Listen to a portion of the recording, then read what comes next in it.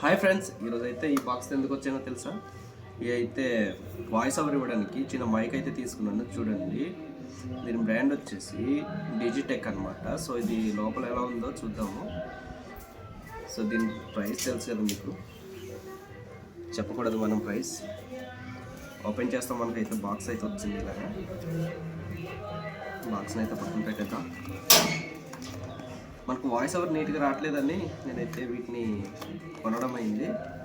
So ఇక్కడే ముందు చూద్దాం, ఓపెన్ చేయాలి.